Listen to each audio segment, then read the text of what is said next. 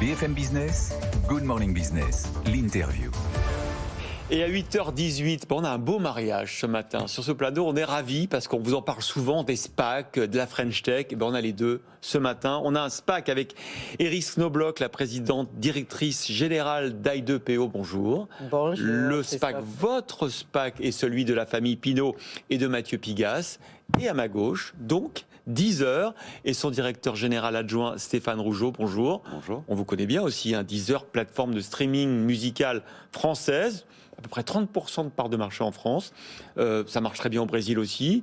Il faut que ça marche dans d'autres pays. Et justement, Iris Knobloch, vous êtes là pour ça, pour apporter des moyens financiers à Deezer. Vous avez annoncé ce mariage hier.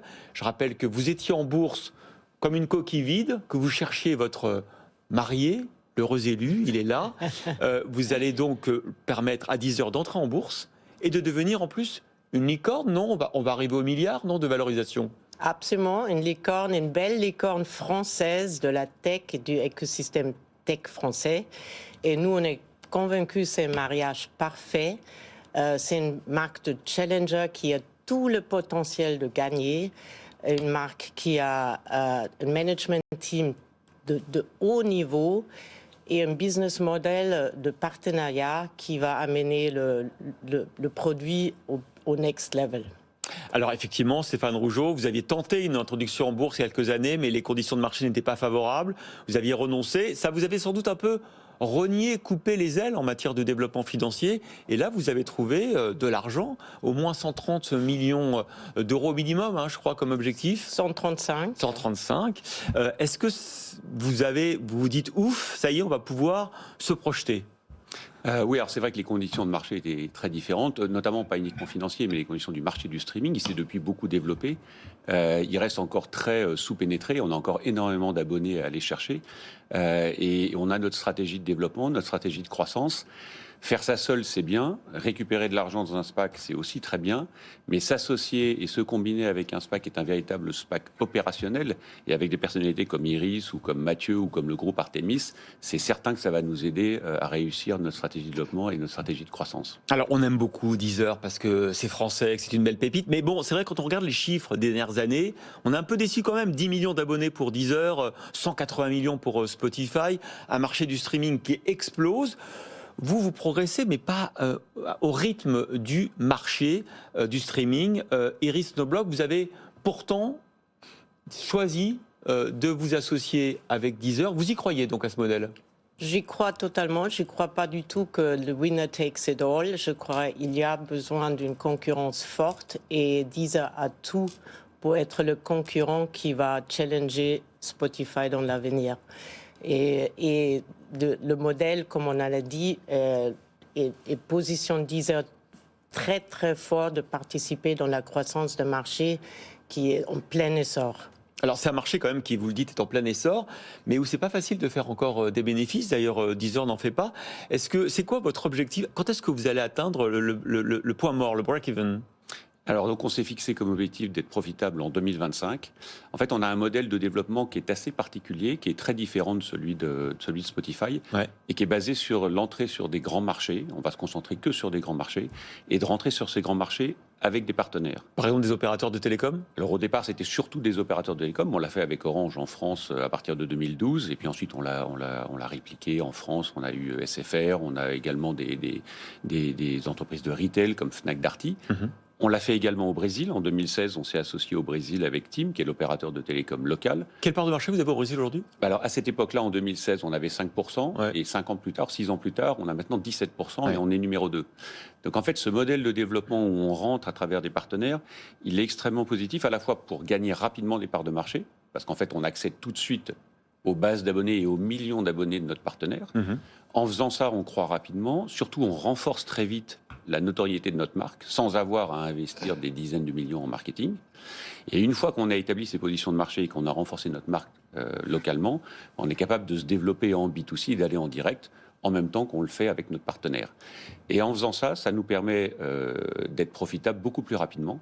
Et effectivement, en 2025, on vise un chiffre d'affaires d'1 milliard d'euros, avec un plan de croissance qui est très clair. Et avec 1 milliard d'euros, on sera en mesure d'être profitable et on va même générer du cash dès l'année 2024. Alors, Iris Knobloch, vous êtes une star de l'entertainment, vous avez dirigé Warner Media, vous allez présider le Festival de Cannes. Très heureuse. Comment vous voyez ce marché du streaming musical, justement, aujourd'hui? Est-ce qu'il atteint sa maturité? Est-ce qu'on va trouver un modèle de rentabilité pour tous les acteurs?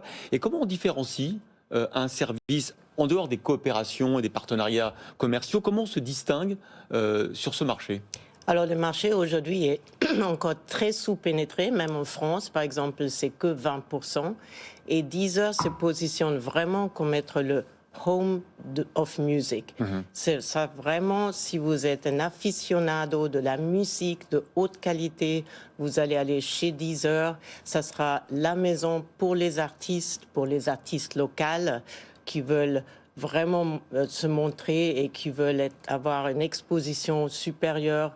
Ça sera Deezer dans chaque pays. C'est aujourd'hui le home of rap en France. Ça sera demain le home of electro en Allemagne. Et c'est vraiment là où Deezer va se différencier. Spotify aujourd'hui est devenu tout ce qui est audio et mise énormément sur le podcast.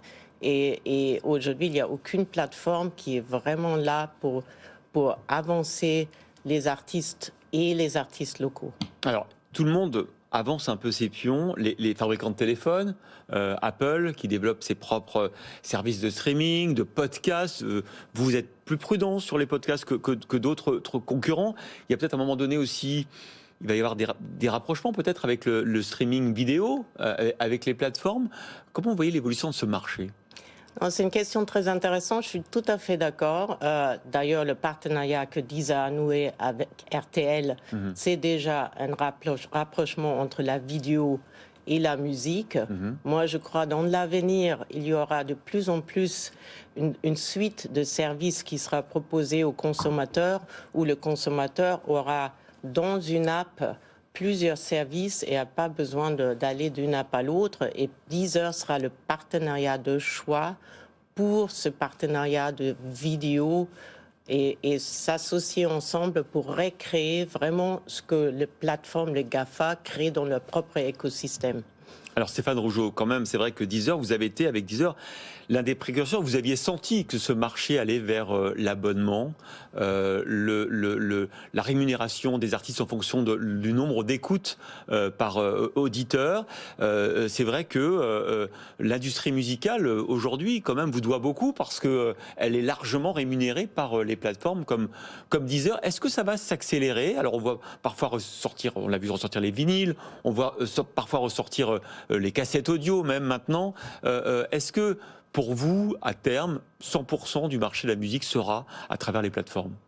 Si vous regardez aujourd'hui dans le monde, le taux de pénétration du streaming, c'est 14% de la population. Donc c'est certain que, et on voit d'ailleurs en 2022, si vous prenez les 8 principaux pays dans le monde, il va y avoir 20 millions de nouveaux abonnés qui vont aller chercher une plateforme de streaming. Et pourtant, en termes de revenus, déjà pour l'industrie musicale, c'est beaucoup plus que ça. Absolument, en termes de revenus, c'est de l'ordre de 20 milliards d'euros. Et on pense que dans 7 ans, ça sera probablement quasiment 40 milliards d'euros. Donc on a une croissance extrêmement importante. Elle est tirée essentiellement par le streaming maintenant. Si vous voulez, il y a aujourd'hui 5 plateformes mondiales de streaming. Il y en a 3 qui sont Apple, Amazon et Google. C'est certain que la musique n'est pas leur priorité, c'est simplement un produit parmi d'autres et ils ont plutôt d'autres ambitions et c'est pas là-dessus qu'ils mettent leurs ressources. Spotify, ils sont en train de se différencier, effectivement, comme l'a dit Iris, vers les podcasts et vers l'audio en général. Et nous, on est les seuls qui avons décidé et qui nous positionnons sur la musique et rien que sur la musique.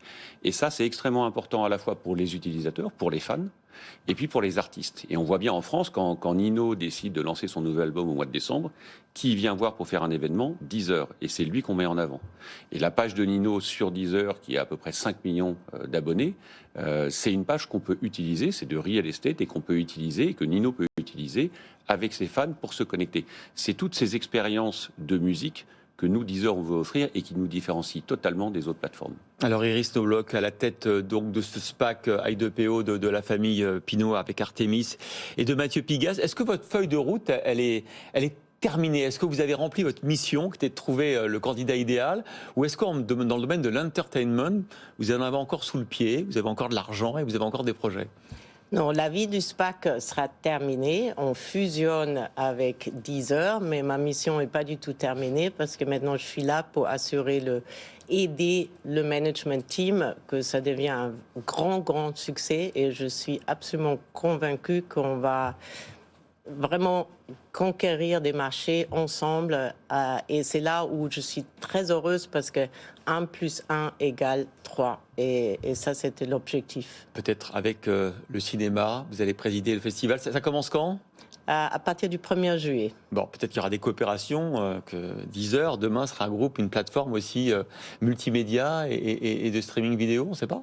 Ça, je crois moins, mais et on va certainement avoir des opportunités ensemble et surtout gagner. Merci beaucoup Iris Knobloch et Stéphane Rougeot d'avoir été sur ce plateau pour présenter le rêve de tout SPAC, c'est de trouver son candidat idéal. Vous l'avez trouvé. Et on vous souhaite un bon mariage. Et la fin de l'opération en bourse, c'est quoi? C'est début juillet pour le festival de Cannes. Cotation en bourse de Deezer en début juillet. Comme le festival alors? Oui, non, le festival sera terminé en mai. En mai, pardon, c'est en mai, pardon, je disais juillet, c'est mai.